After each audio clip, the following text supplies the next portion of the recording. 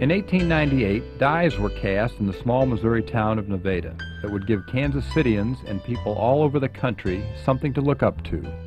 Hello, I'm Bill Callaherca for Kansas City Crossroads. Today we look up to William Franklin Norman and how he and a handful of others took the ceiling over our heads to a crossroads. At the turn of the century, a stroll by the W.F. Norman Company would be quite jarring. A constant crashing noise, the earth literally shook.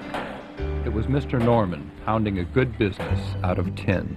Mr. Norman was affording the average person a chance to have what looked like a very expensive, hand-carved plaster ceiling. When my grandfather made a deal with a local tinner, John Berghauser, they started the business in 1898. This is the 100th anniversary of the company. So they made quite a success of it. For the next 3 decades, W.F. Norman put his stamp on the architecture of the country. His tin ceilings were hanging in churches, banks, shops, and homes in Kansas City and across the land. But the Great Depression brought new construction to a halt. And in order to keep his drop hammer presses from doing the same, W.F. Norman reshaped his tin company, making metal shower enclosures, caskets, and temporary grave markers. The tin ceiling business appeared to be dead and buried. But 1930 was the time when architectural designs were changing and people just simply didn't want it. Then in 1978, modern-day tin man Bob Quitno and his family bought the W.F. Norman Company and discovered a national treasure.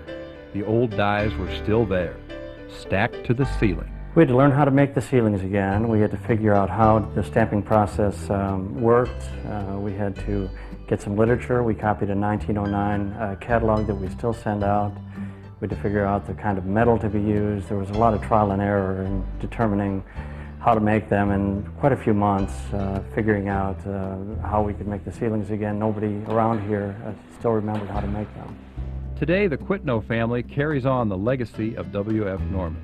As one of only 2 such manufacturers in the country, the W.F. Norman Company pounds out tin ceilings the same way the company did in 1898. We don't know of any modern equipment that can make it better. Those drop hammers can be dropped from varying heights. They're easy to repair.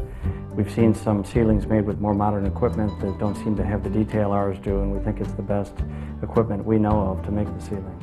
I didn't think it would ever come back, but it's made a marvelous return, renaissance.